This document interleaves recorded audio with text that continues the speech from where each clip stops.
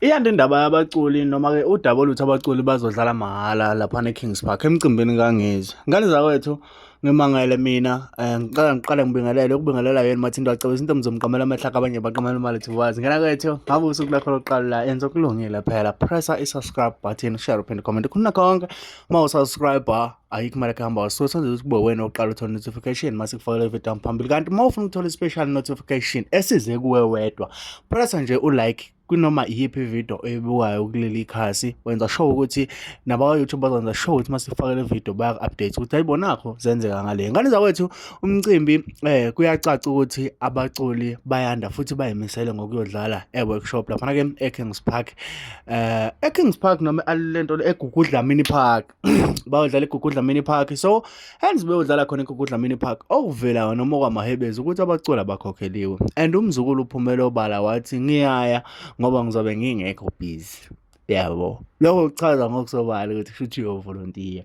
Kanti noThulisani Miyezi ushilo wathi no bafethu abaculi abaye laphana advice nje yamahhala ngoba vele nasemdletsheni is not like bakhokhelwa and stuff.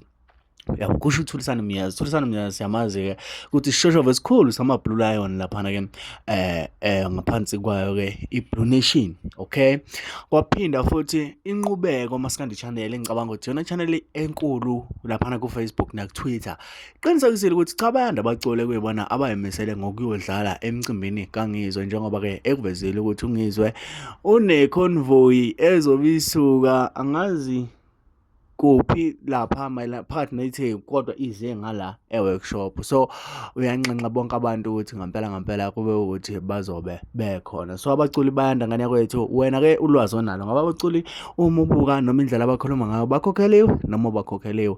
So sesilinde lona usuku lwangawo-ke umhla ka-10 kuwona-ke uFebruary sibone ukuthi zenzeka kanjani izinto zenzeke kanjani. So ngane yakwethu ungakhohlwa ukusubscribe, share uphinde comment okukhuluma nakho konke kunetopic ezayo ngifuna sithi ukuthi kubamba wona hlala nje la bese uyasubscribe, ulike, wenze sure ukuthi ividiyo nevidiyo engenayo uyayibhekisisa. Ngibambe kwividiyo elandelayo. Dankonko.